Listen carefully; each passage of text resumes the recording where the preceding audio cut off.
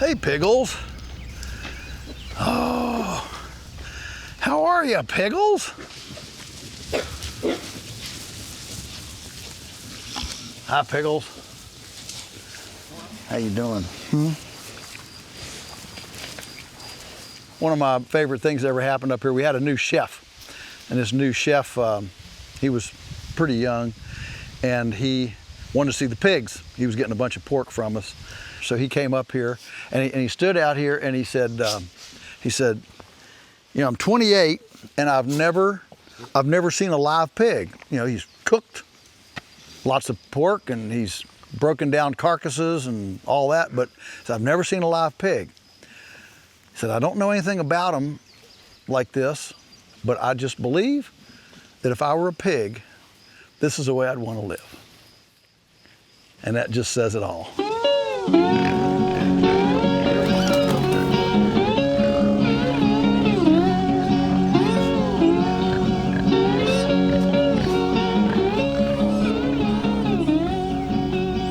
So we move these pigs every 5 to 12 days through the paddocks.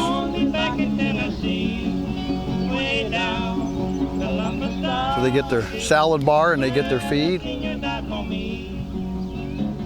And they get exercise. There's no smell, there's no flies. The pigs get to fully express their pigness.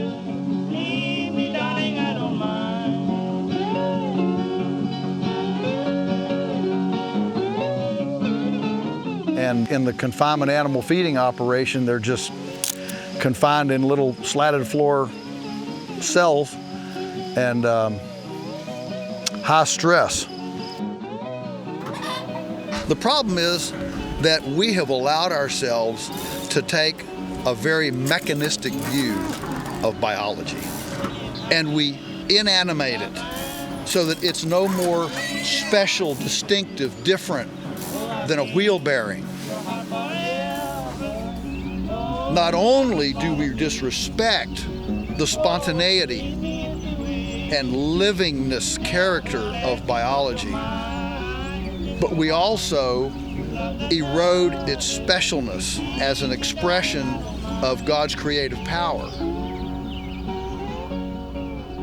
So just as an example of some of the things that are done in our land-grant universities, right now, or at least there has been quite a bit, an effort to take out the stress gene in pigs, because when you got 5,000 pigs in a confinement house and they've got these little cells on slatted floors, and you've had to cut the tails off so that it's tender enough that when they try to cannibalize, they run away from each other. I mean, and they just run. They're just under stress all the time. So there's a lot of effort within the industry to try to find out, well, what's the gene for stress? If we take that out, then we can at least abuse them more, and at least they won't be stressed. And I would ask anybody, is that the kind of society we want? Because it's not very far from there to say, well, I wonder what the libertarian theme or what the conservative gene, is in a person. Let's take that out. That is the kind of thinking. It's this slippery slope. It's not okay to abuse animals. It doesn't mean we don't eat them, because there can be no life without sacrifice. But what makes a sacrifice sacred is the honor and respect bestowed upon the act of sacrifice prior to slaughter.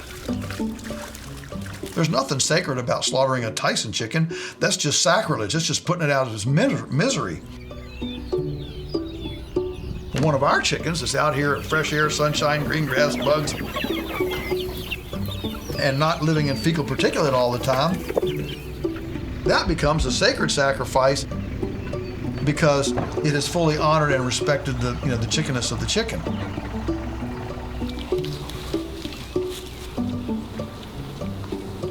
One of the things that we've learned from our chefs over the years, we've supplied a lot of gourmet restaurants. And one of the things you learn from chefs like this is nuances of stuff, because, they cook so much of the same thing over and over and over again. So things that we wouldn't pick up, they pick up. One of the things that we've picked up from them is that all of our stuff cooks about 15 to 20% faster than regular industrial stuff. We don't officially know why, but our sense is because our animals don't secrete any adrenaline because they're not under stress. And when you secrete adrenaline, your muscles tighten up. Our animals are happy. They never secrete adrenaline. And so the meat's real tender and it cooks way faster. So the question is, can you eat happiness? Yes, you can eat happiness. And by the same token, can you eat stress? Yes, you can eat stress. I'm not about to suggest that if you eat a McDonald's hamburger, you're going to hell. Or even that it's sinful, especially for a person who doesn't know better or hasn't come to this point of conviction. The problem I've come up with Christians is, don't tell me, I don't want to know, I don't want to know. That's the response.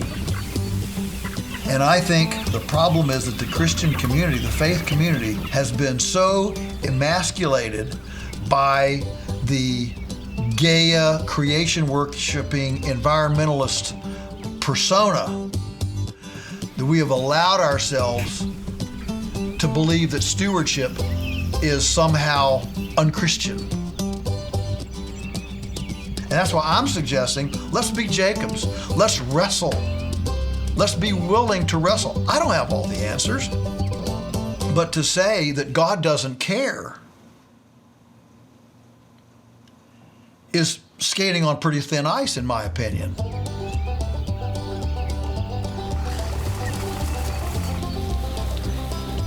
There's few things that can bring you more joy knowing that you're making this many beings happy. Pigs are pretty cool. And interestingly, they're the smartest of all the animals with the poorest eyesight.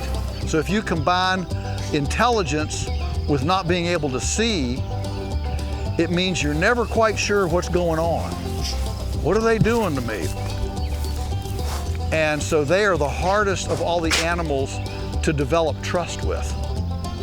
So that's why all these paddocks have a wooden gate in them, because the cows, you can open the electric fence gate and you've seen them. They just come running right on through, no problem.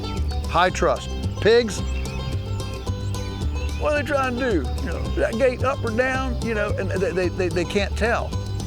And so the wooden gates, you open that up and they just come right through. And you don't have a heart attack and lose your religion trying to chase them around to get them in there.